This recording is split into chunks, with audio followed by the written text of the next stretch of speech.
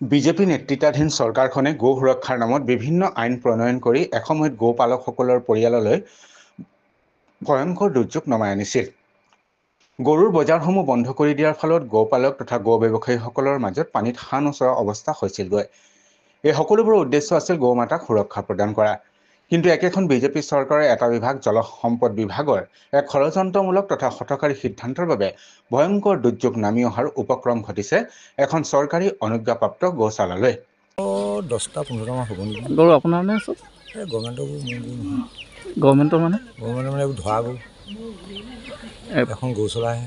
হয়, জয়গৰু গৌশালা বুলি কয় এখন। হয়। তাৰপাছত এতিয়া আমাৰ এনেকুৱা এটা সমস্যা আছে, গৰুখিনি মানে নদী বুকুত পেলাই দিছে দেই। এইটো আগতে মুঠাইটো যোৱা বছৰ বহাগ মাহত এইফালে হেৰি কৰিছিলে, চব জোখমাখ কৰি মাটি চাটি তুলিলে, অলপ অলপ তুলি গ'লে। এতিয়া আকৌ কোন মানুহে কি কথা লগাই দিলে, কি খেল লগাই দিলে নাজানো। এতিয়া মুঠাইটো মানে আমাৰ গৌশালা মাটিডোখৰ ওপৰেদি মুঠাই নিব লৈছে। মই মানা কৰিছোঁ নিব নোৱাৰে।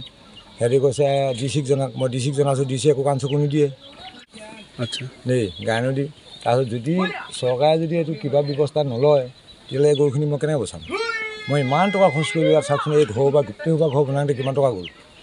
এই ঘৰৰ পৰা বনাই মোৰ 12 লাখ টকা গ'ল। 12 লাখ টকা আৰু মই পাওঁ কৰি দিয়া। আকৌ 40 বিঘা মাটি মই ক'ত পাম এতিয়া? ইয়াত মাটি কিমান আছে? মাটি 40 বিঘা আছে। 40 বিঘা। অঁ, এখন চৰকাৰী গৌশালা, চৰকাৰী ৰেজিষ্ট্ৰেশ্যন আছে।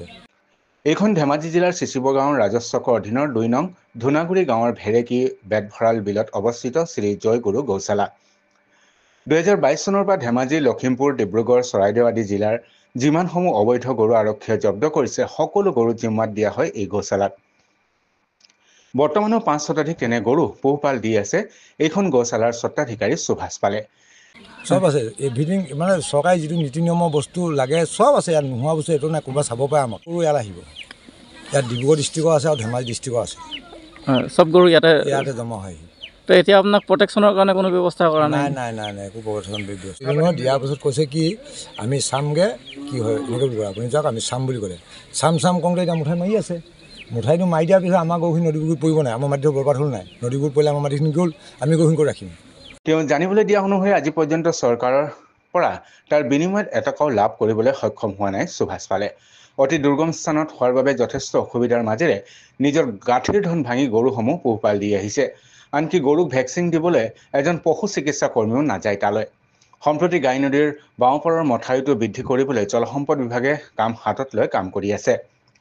তাৎপৰ্যপূৰ্ণভাৱে নতুন মথাউৰিটো নিৰ্মাণ কৰিবলৈ গৈ এটি গুৰুত্বপূৰ্ণ গৌশালাখন নদীৰ মাজত পেলাই মথাউৰি নিৰ্মাণৰ কাম হাতত লৈছে। তেনে কৰিলে আগন্তুক বাৰিষাত গৌশালাখন নদীৰ বুকুত জাহ যোৱাটো নিশ্চিত। গো মাতা কোৱা মানুহকেইজনে তেওঁলোকে নাজানে নেকি যে গো মাতা ওপৰেদি নদী পঠিয়াব নালাগে নেকি বুলি? আহ্বান জনাইছোঁ যে আমাৰ মুঠাইটো বচাই পিনি গৰু গৌশালাখন বচাই মাৰিব লাগে। এতিয়ালৈকে এটকাও দিয়া নাই। মোৰ নিজৰ গাঁঠিজন ভাঙি পিনি মই এইবিলাক কাম কৰি আছোঁ। ৰেজিষ্ট্ৰেশ্যন কপি আছে, আমাৰ কমিটিৰ মানুহ আছে গোটেইখন। তো এইবোৰ গৰুটো আপুনি বিক্ৰীও কৰিব নোৱাৰে? এইবোৰ বিক্ৰী কৰিব নোৱাৰোঁ, আৰু বিক্ৰীও নকৰোঁ, আৰু বিপদতো নপৰোঁ। আৰু বিক্ৰী কৰিবলৈ কোনো ৰুলো নাই। এইবোৰ ভেটেনাৰী ডিপাৰ্টমেণ্টে এটকা পইচা কি এদিনো নাহে। আহিলে পইচা বিচাৰে। আমি পইচা নিদিওঁ কাৰণে ভেটেনাৰী নাহে। আমি বেলেগ জেগাৰ পৰা ভেটেনাৰী মাতি আনো। ধেমাজি ভেটেনাৰী কয় যে আমাৰ সময় নাই। চৰকাৰে কেলৈ ৰাখিছে ভেটেনাৰী ডিপাৰ্টমেণ্টটো?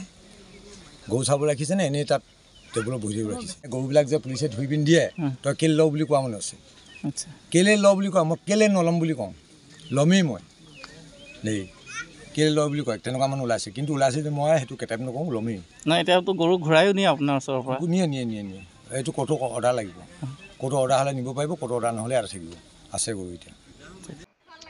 এই সন্দৰ্ভত গৌশালাখনৰ স্বত্বাধিকাৰী সুভাষ পালে জলসম্পদ বিভাগৰ লগতে জিলা আয়ুক্তকো আবেদন জনাইছিল যদিও কোনো সুফল লাভ কৰিবলৈ সক্ষম হোৱা নাই।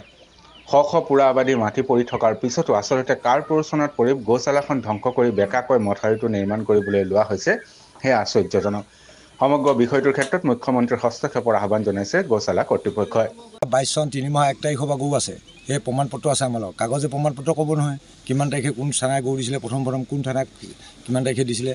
চিচিবঙা থানাই 2022 চনৰ 3 মাহ 1 তাৰিখৰ দিনত 24টা হালোৱা গৰু দিছে।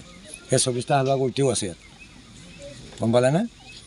তাকে আমি চৰকাৰক কোটি আহ্বান জনাইছোঁ এই গৰুখিনি বজায়। চৰকাৰে যে ইমান গৰু প্ৰতি মৰম কৰে, এই গৰুখিনিক আমি মানে চৰকাৰে আহ্বান কৰি আছোঁ, কোটি আহ্বান কৰি আছোঁ, মানে বচাব লাগে।